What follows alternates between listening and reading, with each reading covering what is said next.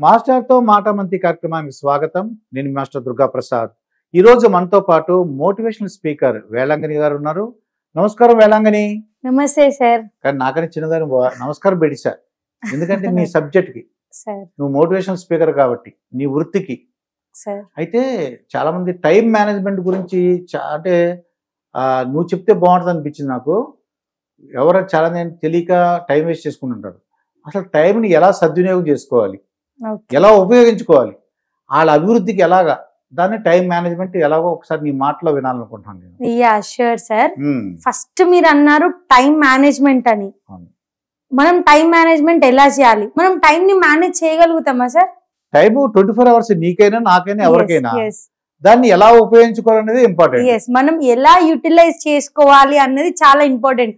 Time ని ఎవ్వరు manage చేయలేరు. నాకు యాక్సిడెంట్ అయింది, ఒక 6 months ఆగిపో టైం అనగానే అది ఆగిపోదు. మనం టైం ని మేనేజ్ చెయ్యలేము. కాబట్టి మనకు ఉన్న టైం ని ఏ విధంగా యూటిలైజ్ చేసుకోవాలో నేను చెప్తాను సార్. టైం అనగానే నాకు ఒక లైన్ గుర్తుకొస్తుంది ఎప్పుడు. నేను రాసిన లైన్ అది ఏంటి అని అంటే, ఒక్కోసారి ప్రాణం పోయినా సిపిఆర్ చేసి మళ్ళీ బ్రతికించవచ్చేమో, కానీ ఒక్కోసారి పోయిన కాలం మళ్ళీ ముందుకు రాదు. పోయిన కాలం మళ్ళీ తిరిగి తీసుకురాలేము. అంటే ప్రాణం కంటే విలువైనది టైము. అమ్మో ఇలా లాక్కొచ్చావా? నిజమే, ప్రాణాన్ని మనం ఏదైనా చూడు తొక్కిసలాట జరిగినప్పుడు సిపిఆర్ చేసి మళ్ళీ బతికించవచ్చు. చాలా అలా ఇన్సిడెంట్స్ కూడా మనం చూసాము. 2 సెకండ్లు ఏం జరిగింది మళ్ళీ అంటే రాదుగా. మరి ఎలా?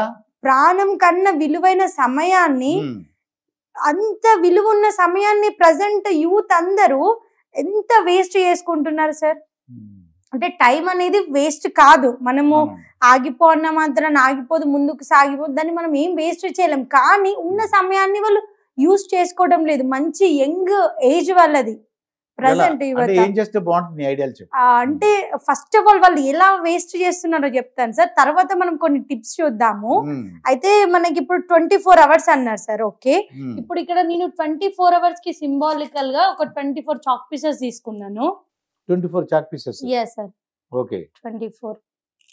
ఇప్పుడు ఈ 24 hours లో యూత్ ఎలా యూజ్ చేసుకుంటున్నారో వీటిని ఒకసారి చూద్దాము. ఒక 10 hours స్లీప్ కి తీసుకుందాం సార్. స్లీపింగ్ టైం అంటే sleeping time 10 hours. Sleeping time 10 hours ఇచ్చావా?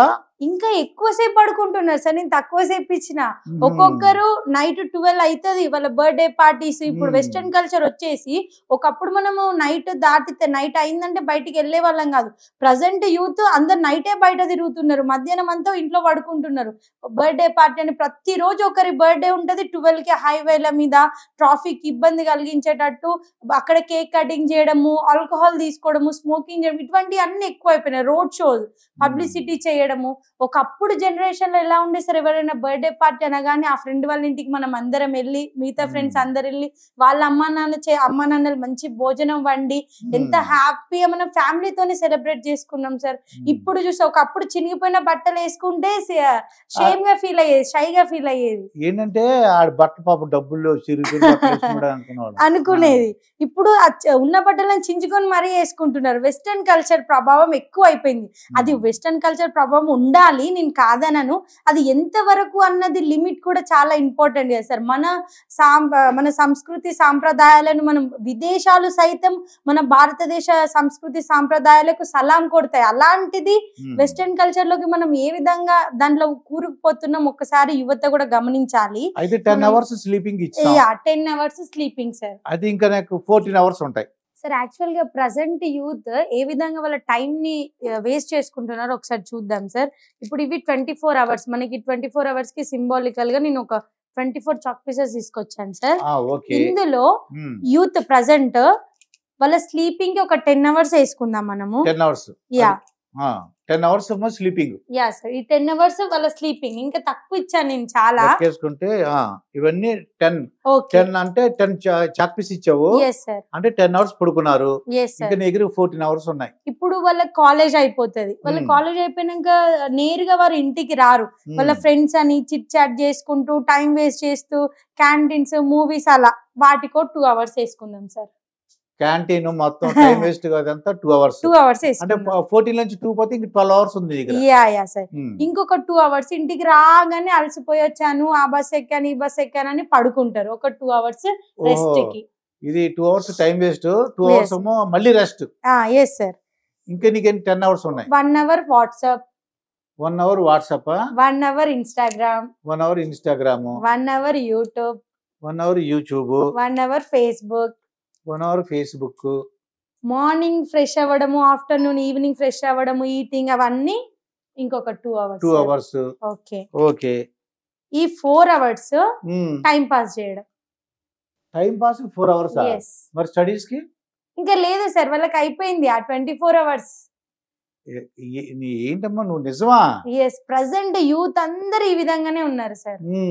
సో ఇప్పుడు మనం ఏం చేయాలంటే ఆ 24 hours ని మనము ఇప్పుడు వీళ్ళు చేసే పనులు ఏమి మనం తగ్గించొద్దు, ఒక్కసారి మళ్ళీ మనం రీక్రియేట్ చేద్దాం సార్. సేమ్ థింగ్ ఎలాగ ఇప్పుడు మేనేజ్మెంట్ చెప్పు. Yeah sir. ఇప్పుడు వాళ్ళు చేసేది నువ్వు చెప్పావు. Yes yes. యాక్చువల్గా నువ్వేం చేయాలో చెప్తే దాన్ని బట్టి మేము టైం మేనేజ్మెంట్ ఫాలో అవుతాం. ఇప్పుడు మనం స్లీపింగ్ 10 hours మనకి అంతగా అవసరం లేదు కదా సార్. ఒక్క 2 hours దాంట్లోంచి రెడ్యూస్ చేసేసుకొని ఒక 8 hours మనము స్లీపింగ్ కి ఇచ్చేద్దాం sir. 8 hours sleeping. 8 hours sleeping sir. 8 hours sleeping sir. Okay. ఇప్పుడు మనం చిట్ చాట్ అది మన కాలేజ్ లో ఫ్రెండ్స్ తోని తిరగడం అవన్నీ 2 hours వేసుకున్నాం కదా, ఇప్పుడు 1 hour కే మనం రెడ్యూస్ చేసేసాం. 1 hour కోమో మొత్తం చిట్ చాటింగ్ అవన్నీ రెస్ట్ తీసుకోవడం 2 hours, ఇప్పుడు 1 hour చేసుకున్నాం. 1 hour తీసుకున్నాము. ఓకే. నెక్స్ట్ ఇంకొకటి ఫేస్బుక్, ఇన్స్టాగ్రామ్ ఇవన్నీ అన్నాం కదా సార్. యూట్యూబ్ వాటికి 4 hours వచ్చింది. ఒక 2 hours రెడ్యూస్ చేసి ఒక 2 hours మాత్రమే సోషల్ మీడియా కేటాయిద్దాం సార్.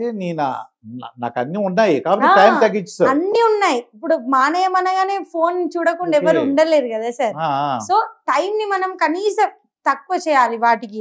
అంటే అన్ఇంపార్టెంట్ థింగ్స్ కి మొత్తమే మనం ఒకేసారి నువ్వు ఫోన్ వాడొద్దు అని అంటే ఎవ్వరు వినరు. మీకు ఇంకొకసారి మీరు కనిపిస్తే పారిపోతారు, అమ్మో ఈయన కనబడితే ఫోన్ వాడొద్దు అంటారు,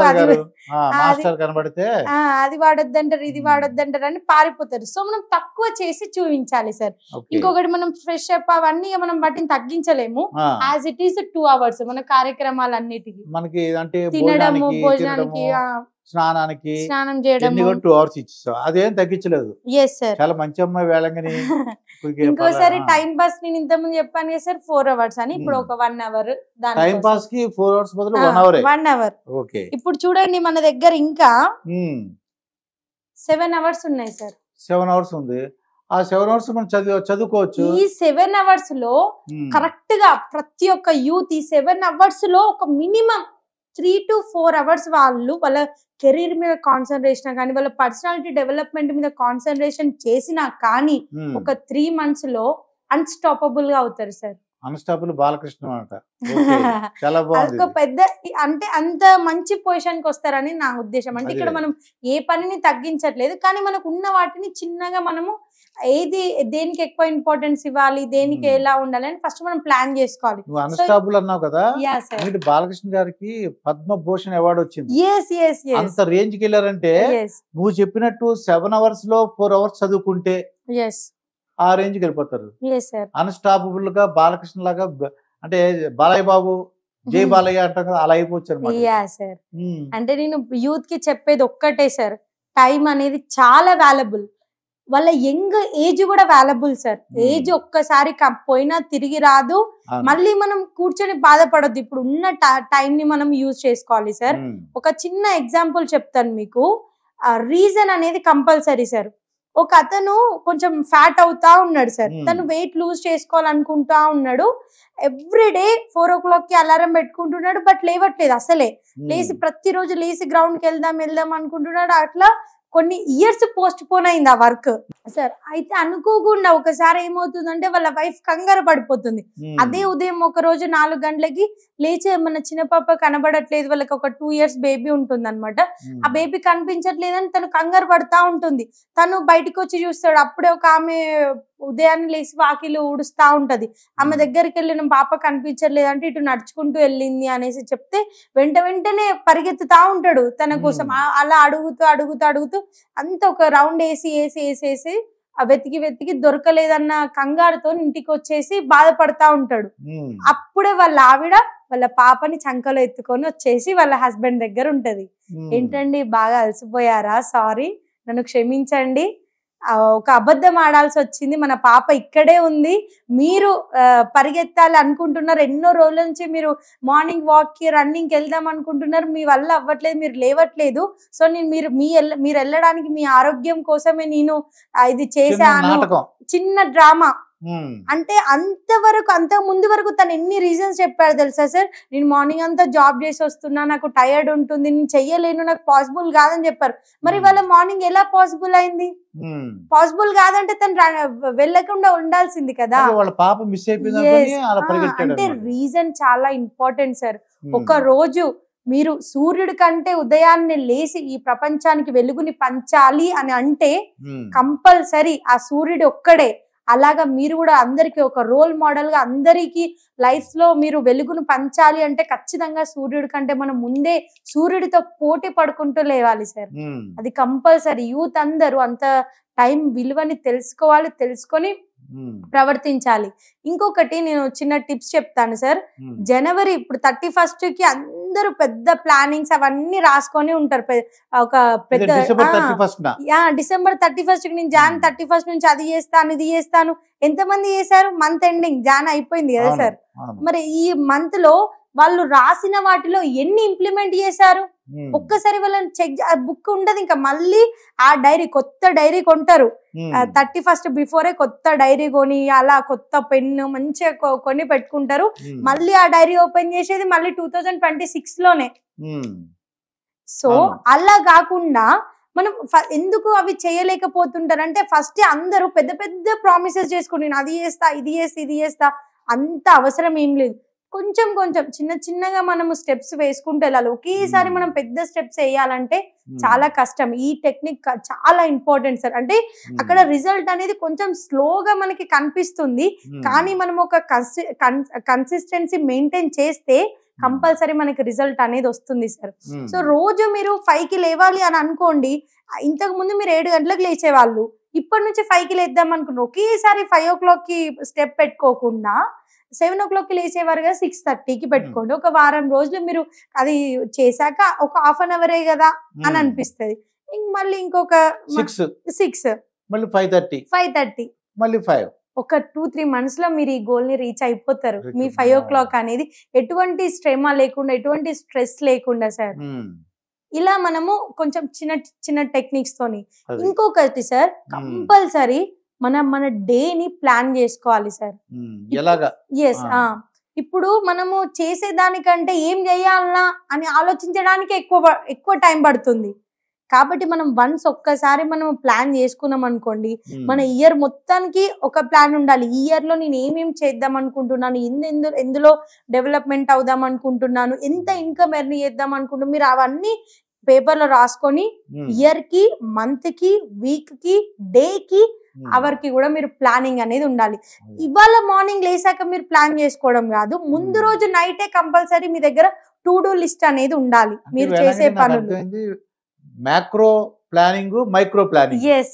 సూపర్. పెద్దగా అంటే ఈ నెలలో ఏం చేయాలి, ఈ రోజు ఏం చేయాలి, ఈ గంటలో ఏం చేయాలి, ఈ హాఫ్ అన్ అవర్ లో ఏం చేయాలి. Macro and micro. అమ్మ వేళంగిని అక్కడ వాళ్ళ ఆవిడేమో జ్ఞానోదయం కలిగించింది. ఇప్పుడు వేళంగినేమో మొత్తం అందరూ కూడా మ్యాక్రో మైక్రో ఐడియాస్ చెప్పేస్తున్నావు. Very good. ఈ వీడియో చూసి నిన్ను ఫాలో అయితే తప్పకుండా వాళ్ళ టైం మేనేజ్మెంట్ వచ్చేస్తుంది.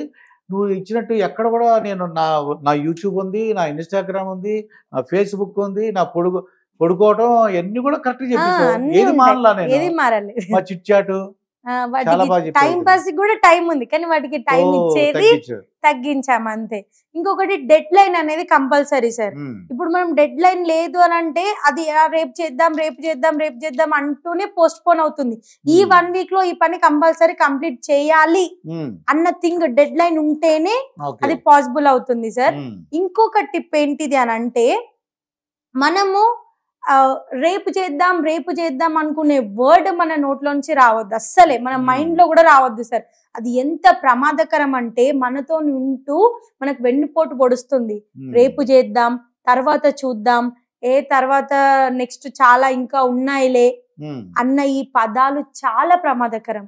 ఎందుకు అనంటే టైం గురించి ఒక రహస్యం ఉంది సార్. అది ఏంటి అనంటే రేపు అనేది ఎప్పటికీ రాదు. ఎందుకు అనంటే నిన్న మీరు ఏదైతే అనుకున్నారో రేపు అనేది అది ఈ రోజే. అదే అందుకని కాబట్టి సింపుల్ గా నేను అనిపిస్తే డూ ఇట్ నౌ అని పెట్టుకుంటే సూపర్. Do it now. ఒక మహానుభావుడు అంటారు, రేపు చేయాల్సిన పనులు ఈ రోజే చెయ్యి, ఈ రోజు చేయాల్సిన పనులు ఇప్పుడే చెయ్యి. చాలా బాగా చెప్పేవాళ్ళు. Do it today not tomorrow. అది చాలా ఇంపార్టెంట్ సార్. ఒక్కసారి మీ డైరీస్ అన్ని ఓపెన్ చేసుకోండి. January 1st 2nd అంతా క్లోజ్ అయ్యింది, మళ్ళీ ఒకసారి ఓపెన్ చేయండి. మళ్ళీ 2026 వచ్చే వరకు వెయిట్ చేయకండి. 12 months లో ఒకటే మంత్ అయిపోయింది, ఇంకా 11 months ఉన్నాయి.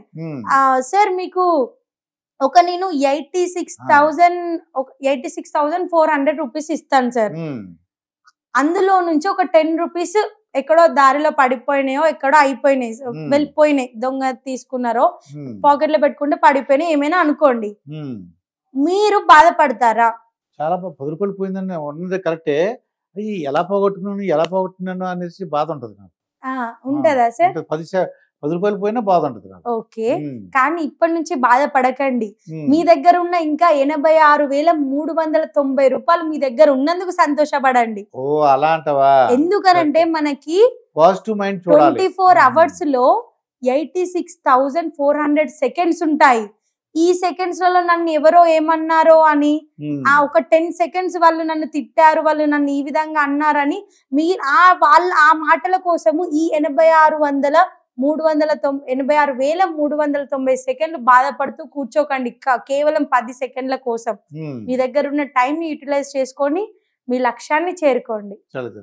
చాలా బాగా చెప్పే వేళంగాని, ఎందుకంటే ఒక్కొక్కరు ఒక టెక్నిక్స్ టిప్స్ ఉపయోగిస్తారు. చాలా బాగా చెప్పావు.